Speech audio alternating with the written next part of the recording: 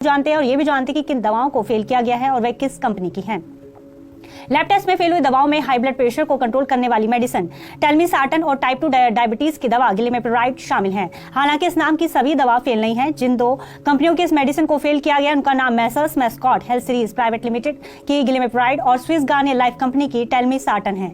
आपको ध्यान रखना है कि फिलहाल इन दो कंपनियों की डायबिटीज और हाई बीपी वाली गिलिमेप्रोलाइड और टेलमिसार्टन को नहीं खाना है। इनके स्थान पर किसी दूसरे ब्रांड की दवाएं आप आराम से खा सकते हैं, इससे कोई नुकसान नहीं है। अगर आप किसी भी दूसरी कंपनी की गिलिमेप्रोलाइड और टेलमिसार्टन खा रहे हैं तो घबराएं नहीं और अपनी दवाएं लेते रहे।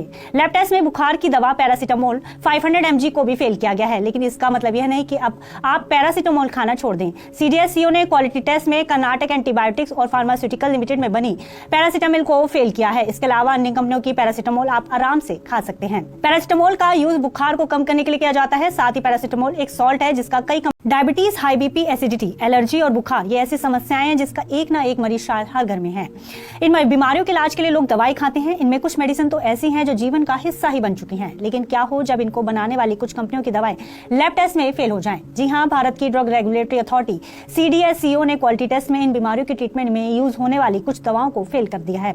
मेडिसिन को मानकों के हिसाब से नहीं बनाया गया है और ये सेहत को नुकसान पहुंचा सकती है। सीडीएससीओ ने लैब टेस्ट में कुल 53 दवाओं को फेल किया है। इन 53 में से जिन दवा का सबसे ज्यादा यूज किया जाता है उनमें एलर्जी, डायबिटीज, बुखार, हाई बीपी और एसिडिटी की मेडिसिन है। लैब टेस्ट में दवाओं के फेल होने के बाद लोगों में एक डर सा बन गया है। उनको लग रहा है कि इन बीमारियों की दवाएं तो हम भी खाते हैं, तो क्या जो दवाएं हम खा रहे हैं वे खराब हैं?